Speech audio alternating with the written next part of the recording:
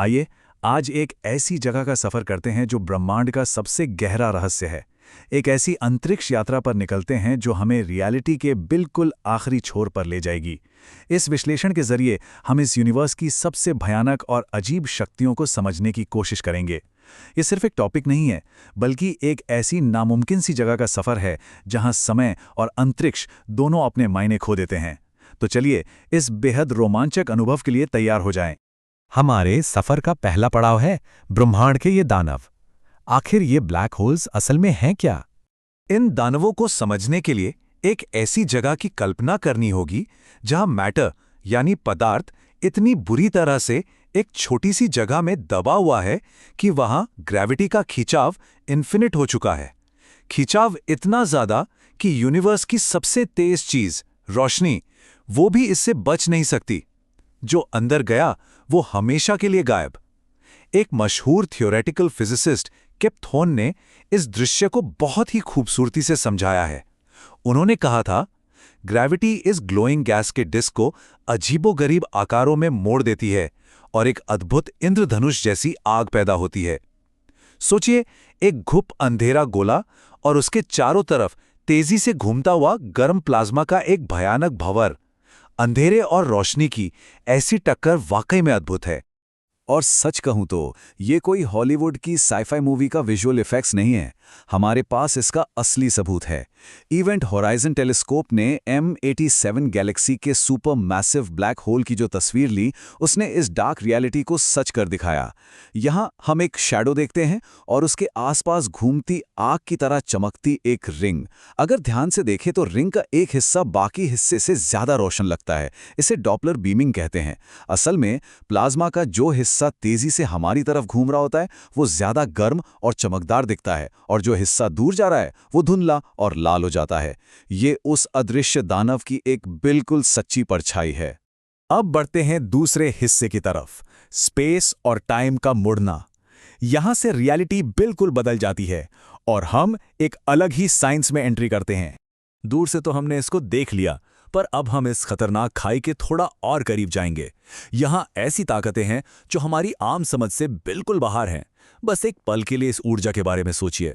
ब्रह्मांड में मौजूद लगभग हर ब्लैक होल घूमता है, पर कुछ की रफ्तार सच में दिमाग हिला देने वाली होती है। जैसे GRS 1915+105 नाम का ब्लैक होल। ये 1 सेकंड में 1000 बार घूमता है। इस वायलेंटली तेज रफ्तार की वजह से एक अजीब घटना होती है जिसे फ्रेम ड्रैगिंग कहते हैं। ये अपने आसपास के स्पेस और टाइम के ताने बाने को एक भयानक टॉर्नेडो की तरह अपने साथ घुमाता है। यहां अंतरिक्ष खुद मचल रहा है और कोई भी चीज जो इसके पास होगी वो इस घूमते हुए तूफान में पूरी तरह फंस जाएगी। लेकिन इन सब के बीच एक ऐसी घटना होती है जो सबसे ज्यादा हैरान करती है। इसे ग्रेविटेशनल टाइम डायलेशन कहते हैं। इसे थोड़ा ठहर कर समझते हैं। आमतौर पर हमें लगता है कि वक्त हर जगह एक ही रफ्तार से बीतता है, बिल्कुल एक घड़ी की निश्चित धुन की तरह। पर यहां ऐसा नहीं होता। आइंस्टाइन ने हमें बताया था कि जब ग्रेविटी बहुत मैसिव होती है तो समय की रफ्तार धीमी पड़ने लगती है। यहां उस दानव की ग्रेविटी इतनी शक्तिशाली है कि वो सिर्फ मैटर को ही नहीं, वक्त को भी मोड़ देती है, उसे रबर बैंड की तरह खींच देती है। इसका मतलब है कि एक घड़ी जो ब्लैक होल के पास है वो उस घड़ी के मुकाबले बहुत बहुत धीरे चलेगी जो उससे दूर रखी है। वक्त खुद इस अनंत खिंचाव के आगे झुक जाता है। ये बिल्कुल दिमाग घुमा देने वाली बात है।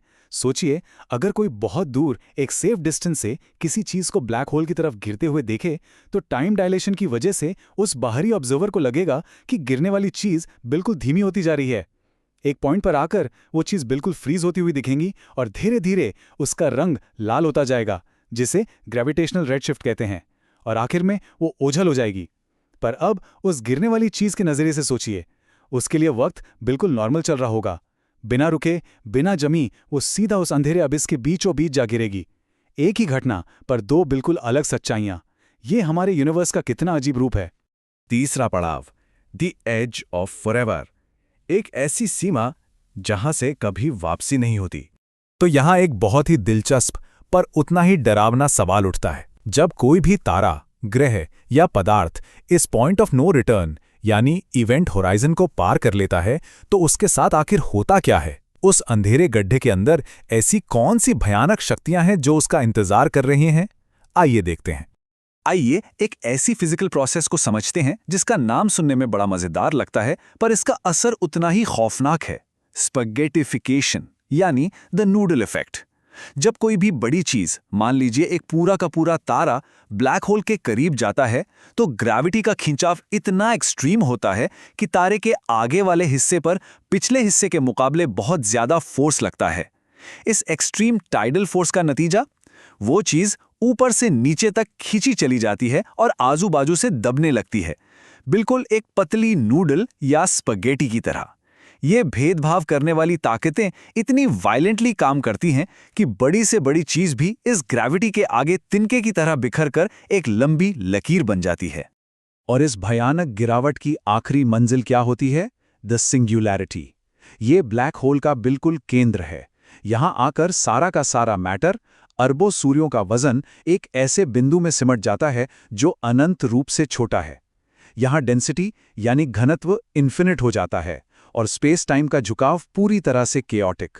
सबसे डरावनी बात यह है कि इस पॉइंट पर आकर हमारे फिजिक्स के सारे नियम पूरी तरह से टूट जाते हैं। यहां आगे क्या होता है, इस अंधेरे में कौन सा रहस्य छिपा है, ये आज तक विज्ञान समझ नहीं पाया है।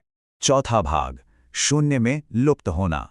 क्या ब्लैक होल हमेशा के लिए ऐसे ही रहते हैं?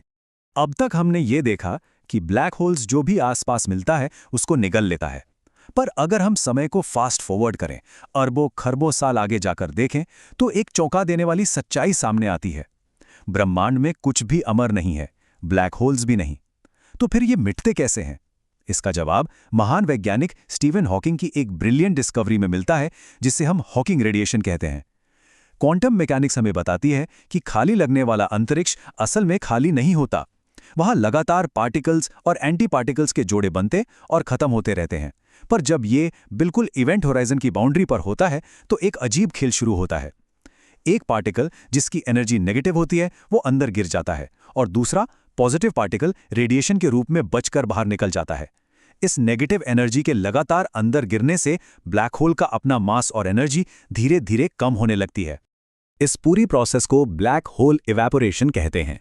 लेकिन ये इतना ज़्यादा धीमा होता है कि एक छोटे से ब्लैक होल को भी पूरी तरह इवेपोरेट होने में हमारे यूनिवर्स की आयु से कई गुना ज़्यादा वक्त लग जाएगा। पर ध्यान देने वाली बात यह है कि एक दिन लगातार इस रेडिएशन के निकलने के बाद ये विशालकाय दानव सिकुड़ते चले जाएंगे और अंत में एक धमाके के साथ इस अनंत वॉइड में हमेशा के लिए गायब हो जाएंगे। लेकिन ठहरिए, जब वो गायब होंगे तो एक ऐसा सवाल पीछे छोड़ जाएंगे जो पूरे फिजिक्स की नींव हिला देता है। हमारा पांचवा और आखिरी पड़ाव, द इंफॉर्मेशन पैराडॉक्स, ब्रह्मांड का सबसे उलझा हुआ रहस्य। सोचिए, जब एक ब्लैक होल पूरी तरह इवेपोरेट होकर खत्म हो जाता है तो जो कुछ भी उसने निगला था उस डेटा का क्या होता है? ये इंफॉर्मेशन पैराडॉक्स असल में जनरल रिलेटिविटी और क्वांटम मैकेनिक्स के बीच का एक बहुत बड़ा युद्ध है। क्वांटम मैकेनिक्स का एक बुनियादी नियम है कि ब्रह्मांड में भौतिक जानकारी यानी फिजिकल इंफॉर्मेशन कभी नष्ट नहीं हो सकती। हर पार्टिकल की एक मेमोरी होती है जिसे यूनिवर्स एक जायंट हार्ड ड्राइव की तरह हमेशा सेव करके रखता है। पर हॉकिंग की थ्योरी ने हमें बताया है कि जो रेडिएशन ब्लैक होल से निकलता है उसमें अंदर गिरे हुए मैटर की कोई जानकारी नहीं होती, वो पूरी तरह रैंडम होता है। तो जब ब्लैक होल का अस्तित्व ही खत्म हो जाएगा तो उसके अंदर गिरे किसी तारे या ग्रह की इंफॉर्मेशन कहाँ जाएगी? क्या यूनिवर्स ने अपनी मेमोरी खो दी? ये आधुनिक विज्ञान के आगे खड़ा सबसे बड़ा संकट है। और सच मानिए, आज तक दुनिया भर के वैज्ञानिक इस उलझन को सुलझाने की कोशिश कर रहे हैं। साइंस की दुनिया में इस पर बेहद तीव्र बहस चलती है और इस पैराडॉक्स को सॉल्व करने के लिए कई अलग-अलग थ्योरीज प्रस्तुत की गई हैं। कुछ फिजिसिस्ट का मानना है कि हॉकिंग रेडिएशन में छोटी-छोटी क्वांटम करेक्शंस होती हैं जो इंफॉर्मेशन को वापस भेजती हैं। फिर कुछ हैं जो फज़बॉल्स या फायरवॉल्स की बात करते हैं और इसके अलावा सॉफ्ट हेयर और बेबी यूनिवर्सेस जैसी अजीबो-गरीब थ्योरीज भी हैं। हमारा इस विश्लेषण में किसी एक थ्योरी का पक्ष लेने का कोई इरादा नहीं है, पर आइए देखते हैं कि इन कमाल के विचारों का आखिर अर्थ क्या है। यहां दो बिल्कुल ऑपोजिट विचार आमने सामने आते हैं, फज़बॉल्स बनाम फायरवॉल्स। स्ट्रिंग थियरी एक समाधान देती है जिसे फज़बॉल कहते हैं। इसके अनुसार ब्लैक होल अंदर से खाली नहीं है, बल्कि ये टाइनी स्ट्रिंग्स का एक बड़ा सा गोला है। इसकी सतह टेक्सचर्ड होती है, जहां सारी जानकारी जमा रहती है और बाद में रेडिएशन के जरिए वापस लौट आती है। इसके ठीक उलट फायरवॉल थियरी ये दस्तावेज पेश करती है कि इवेंट होराइजन के बिल्कुल पास भयानक एनर्जी की एक आग की दीवार होती है और जो भी पार्टिकल अंदर आता है ये दीवार उसे तुरंत जलाकर राख कर देती है, जिससे जानकारी का ये मसला एक बिल्कुल ही अलग और वायलेंट ढंग से सुलझता है।